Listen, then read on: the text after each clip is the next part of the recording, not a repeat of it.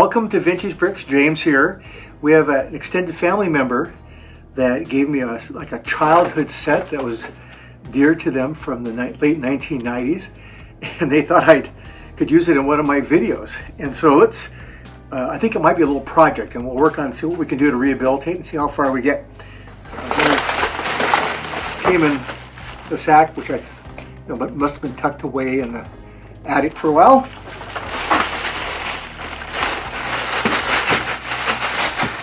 Oh, there's two sets here. Well, that's some kind of ship or boat. We'll put that off to the side because that's not what I'm doing right now. And you'll see little tiny pieces here. That's never good to see. Oh yeah, I looked at this real quickly once, and this is actually the Caribbean Clipper from 1989. And the reason I want to put this together now is because of the new Lego ship that's or Eldorado Fortress that's coming out. So this might fit in with now. This is literally the first time I've dumped it out. And let's kind of see. Again, little pieces. Looks like all the holes are there. Looks like it might be missing a few pieces, but that's okay. We'll work on rehabilitating it. Welcome back. I have now gone through this gifted set, which I so appreciate. And I think what I'm going to do is after seeing what the pieces I had and some of the extra ones I have, I am going to try to put together this alternate build, as that they call it right here. And the alternate build is like a little crane set. So my next step here is to take the pieces that look like go with it as best I can. And I'm going to take my toothbrush and clean them off in some soapy water and let them dry out, and then we'll put it together. Okay, well, here is the soapy water, and kind of scrub that up. We had a little sun today, put it out in the sun. Now here are all the pieces. Not that many pieces to make this set. So I had maybe 2/3 of them from the gift, and that's a little spoiler. That's what it looks like at the end. Decided to put it on a blue base plate because I thought, this is going to be like almost like an oil rig sitting over the water. And I used the middle part of the hull for the main spot. When you have one picture to look at, you're making a lot of guesses. I could almost see at the bottom left, that's where that hull was. And we have those cones, yellow cones. I was missing a couple. I found some, but not enough, so I'm kind of improvising there with some just regular cylinder ones. I love, this is like a classic window, yellow and white lattice work. You can see those in all these sets and ships from this era. So now, you're just trying to figure out how to, because they have this displayed at an angle, so I'm trying to interpret that, and I think this is what, I kind of like how this is turning out anyway. So baby, you look at the photo and on the back of the box, and you start counting studs, and of course these railings, these colors are so, soldier colors, and the blue and the yellow and the arch here. Okay, just doing my best to, this part I had to guess on a little bit because the photo doesn't really show it that well, but I thought that'd be a big, great thing. So you have your little rowboat go underneath there. That was kind of a common thing they had in some of their little outposts. And I put a couple, nighttime lamps in. Thought that'd be good. I almost could see those in the photo if I squinted. But I think that's just a lot of the ships. And the forts have that. And let's go ahead and put the top part on now. Top part above the window, that is. This is the part where the cannons are. And I think I measured these out to 16 studs across. So that looked like about right to me. I knew there were 6 of these little cones that went across, so I kind of used that as my guidepost. And I'll just make it for the cannon, the red cannon. There we go. And then I'll put my 6 railings across.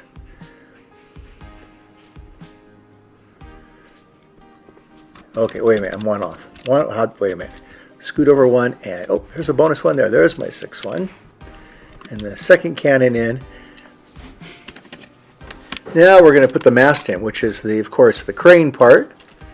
And this is kind of clever here. I didn't have totally the right piece for this, but this will work. It goes up and down. So people, I guess you could load things on here with the storable crane. I'm kind of making my mast there. You can see the photo on the right there that I'm kind of going for. So I'll back off a little bit so you can see. Just it'd be pretty straightforward if you've done ships before build. This is a pretty cool piece. You'll see this in pirate sets too. That's really kind of cattywampus, but I'll straighten that in a minute. And there we go. And then we'll put our crane in.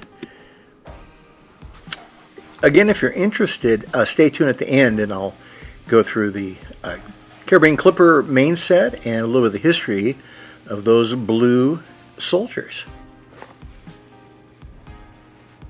Wow, didn't that turn out great?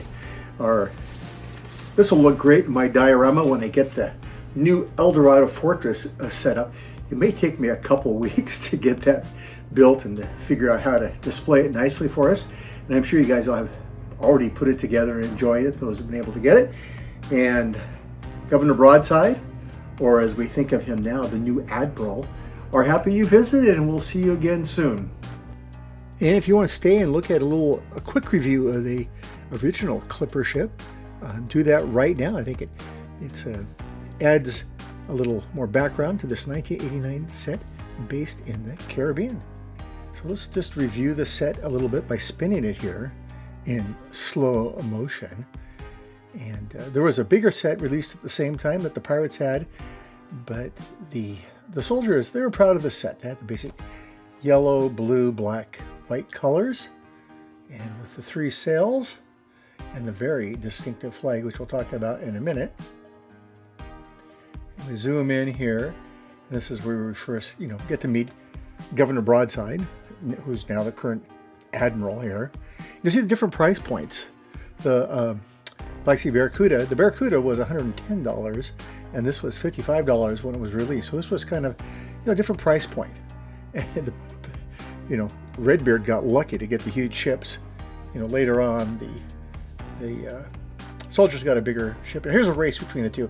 Okay, this is a Clipper. Clipper means fast, and you can see right there that the Clipper beat the Barracuda. Okay, the minifigures, these are, as usual, the stars. They show a little bit here.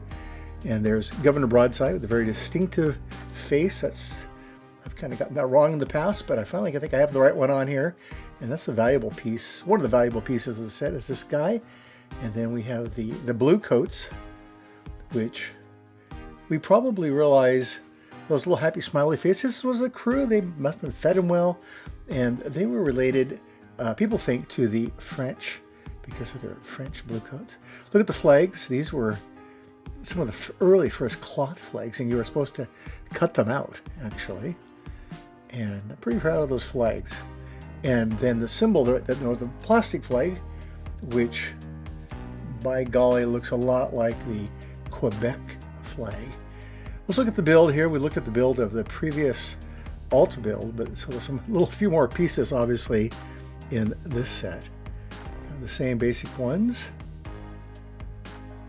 And these, a lot of these pieces lived on for decades there. And it took them a long time before they did anything but this standard hull. Had a nice rudder in the back. And underneath you can see how it clips together with those 2x4 blocks, holds it together.